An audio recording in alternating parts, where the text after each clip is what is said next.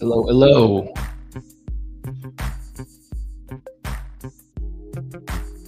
All right. There we go. We're doing it. We're doing it. Music, fade. Music out. All right. Bonus points if you can guess where I am right now, where I'm floating around in space. More so, do you know what this is right here? All right. Got a few questions to answer here on this lovely Wednesday night. It's late, but man, I just love talking to a camera to all of y'all and answering questions. So that's what I'm going to do. First one. What is the difference between marketing that attracts tire kickers and ready buyers? So the difference between marketing that attracts tire kickers, people that aren't really serious, and people that are actually ready to buy, that have intent to want to take some action with you, has to do with talking to the people that are in the right state of mind, really. So the people that we want to talk to, the ones that are going to buy, are the ones that they're already looking for the solution right now.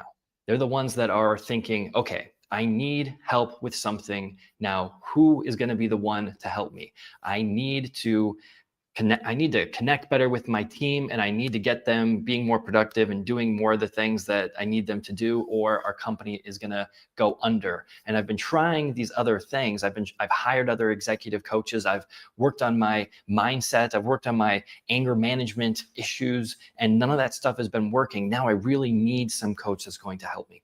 So this kind of state of person, this is somebody who is solution aware, who's actively looking for the next thing that's going to help them. Now that's opposed to the people who are just interested, ones that they'll see, oh, here's a workshop about being a better leader. That sounds interesting. I think that that's something that I'll go for, something I'll get on this masterclass and see. And that's the difference between people that are gonna join and not convert, and the people that are going to join and convert and buy from you and work from you.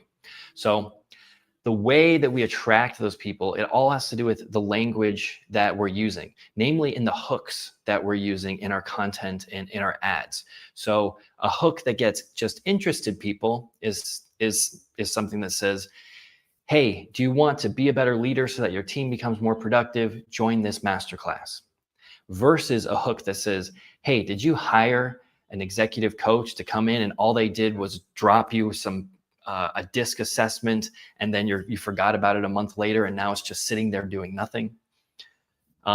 Hey, have you worked on your mindset for the past month to finally motivate yourself to be more productive, but that mindset training is getting you nowhere? So it's this state of mind, the state of a person who is active and they're trying things. When we're using hooks that speak to those types of people, that's how we get solution-aware prospects who are ready to buy, who are actually going to convert with you. Okay. So it comes down to the hooks. Next question. What is the biggest lie being sold about finding your niche? So the biggest lie being sold about finding your niche is really that you're going to be pigeonholed. People think that when they're finding their niche, when they have to niche down because they want to make sales, and all these marketers are saying, hey, you got to niche, you got to go after a certain market, you got to be narrow. That really freaks a lot of people out, because they think, I don't want to just be known as that as the person who helps that one type of person and does that one type of thing. Like, that's not my brand. That's not me. That's not authentic. I don't want to be pigeonholed. I don't want to do that. Well, that's really not true. When you're niching down, you're not saying you're just one person doing one thing for one person. What we're simply saying, what you simply need to do is just think, hey, let's pick a market, let's pick a top of mind problem, and let's run a campaign to get that person buying from us. It's not the end of the world. It's not the end of your brand. It's not just being that one person. It's, hey, you know what would be a smart thing to do? How about we just pick a market, maybe a person in a specific kind of situation, someone who wants to go and get to the C-suite, someone who wants to improve their team's performance. So we're going to speak to leaders. We're going to speak to an executive. We're going to speak to a sales team leader. We're going to speak to a person, and let's think, what's the most top of mind thing? What's something that's going to help them a lot right now? What's a message we can give to that person? And then let's promote that message, and let's get them onto a masterclass with us. Let's get them booking a call. Let's get them buying some low ticket product with us. And let's create a funnel, and let's get them doing that. Let's try that. Doesn't that sound nice? So it's not this do all end all thing. It's just let's create a compelling message that can show how we're different and better than competition, and just get people buying. Because the biggest mistake people are making, coaches and consultants and marketers, marketing is making, is trying to be broad in the name of authenticity, being broad in the name of, I don't want a niche, but it's if you're talking to everyone, you're talking to no one. There's so much noise. If you're not being specific, you're not going to break through. You're not going to be able to show how you're different. You're not going to be able to show a different process. You're not going to be able to paint the picture, show the journey for anyone.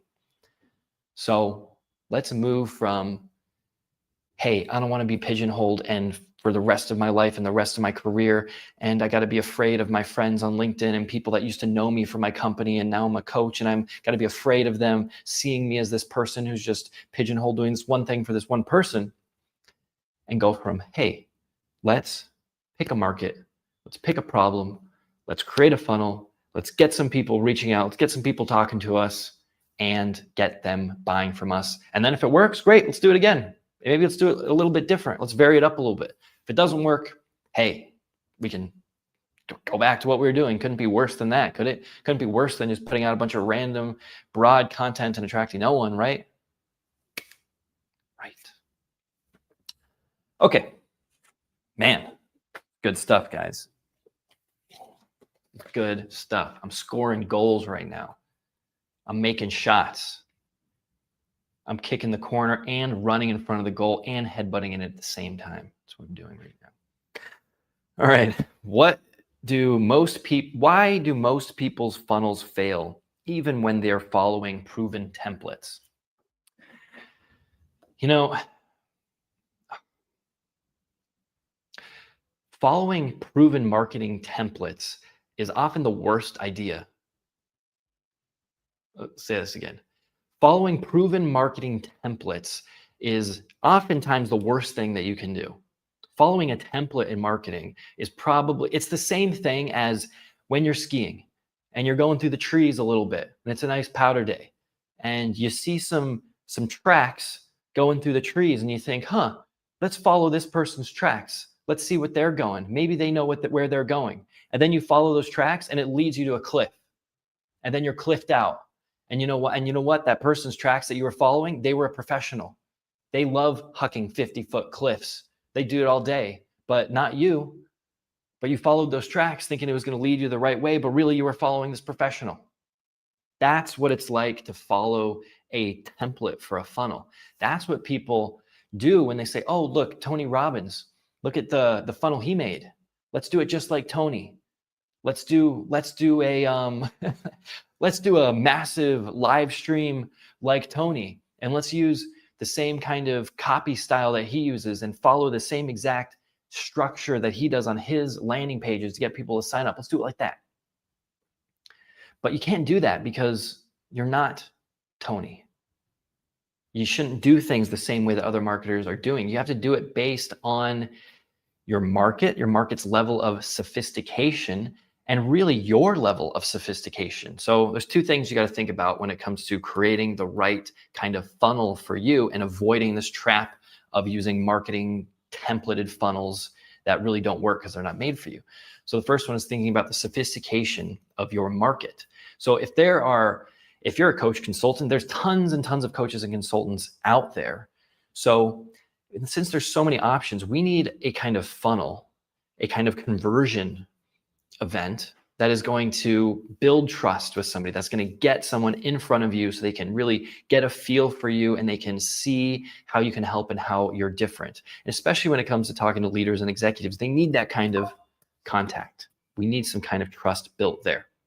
Now, but say we're in a market where people don't really know what it is that you're doing or what you're solving. Say there's like this brand new disease out there. Let's call it gum disease. Let's say there's this new thing called gum disease that's out there. If you try to run some kind of masterclass for how to prevent gum disease, people are going to think, well, what the hell? Why do I need to go on a masterclass? Why do I need to learn about that? I've never even heard about this before. It doesn't really sound like it's a very important thing. So that's a low sophisticated market using a high sophistication model funnel. But instead, if we did something like offered just a lead magnet, offered some kind of informational PDF that said, hey, did you know about gum disease? That when you chew too much gum, you actually get gum disease from the gum? And they'd be like, oh, hey, here's a little 4-page PDF about that so you can learn more. Then people would be, huh, that's curious. That sounds interesting. Okay, I want to learn more about that. And then from there, then you can say, then once you educate them about that a bit, then you can take them to a next step and a next step. But we can't just go right to, hey, get on this masterclass about gum disease when nobody knows what the hell gum disease is. Woo! So that is what we got to do there. That's the difference between, that's why you don't want to use just proven templates. Oh, sorry. Actually, there's one more thing. So the other thing is your sophistication. So you are not Tony Robbins. Let's put it a different way. The way, the type of funnel you should be creating, the type of, the way you should be speaking to your market, the type of funnel that you should be creating is, one, it's dependent on the sophistication of the market. And then the other is about you and your, say, presence, your authority in the market, how known you are. So you can't look at someone like Tony Robbins and look at his copy and see how broad it is and see how appealing it is to the masses about anyone and everyone who wants to develop themselves better personally and have more personal power, and how generic his copy sounds. You can't do that too for your market as a coach or consultant competing in this market. You can't have that broadness, because Tony, everyone knows who he is, and all that trust is already there, and it's built up for him that he could say most anything and there's be people that would buy from him. But also he's looking for a different type of sophistication of a customer, of a prospect. He too, they're trying to get in as many people as possible into his workshops and seminars, because they are trying to generate lots of people, because they have a lot of power on the back end. They understand the power of, and the fact that most sales are going to happen after these events, after the workshops, after the webinars. So they have a massive, engine of content and an email follow-up system and newsletters, these things that are helping to bring them to the sale more and more and more after this big webinar event. Now, someone who doesn't have that star power, doesn't have that clout, and if we're trying to make sales now, we want to speak to those people that have real intent, that are closest to the buying decision. That's why we're speaking to solution-aware prospects. That's why we're speaking to people who actively are looking. And we're not just trying to get everyone, we're actually trying to polarize people. We're trying to polarize those people who just have interest, who aren't very serious tire kickers. And we are going to sacrifice some numbers so that we can make high-ticket sales. And that requires specific language, specific outcomes, visualization of your methodology, visualization of what they're going to get every step along the way when they're working with you, and being specific. So that's the other half of why you shouldn't be following templates, but really thinking about, one, market sophistication and your sophistication and clout to the market. Wow, great stuff, guys. I did a great job today, and I hope you learned a lot. That's it. See you soon.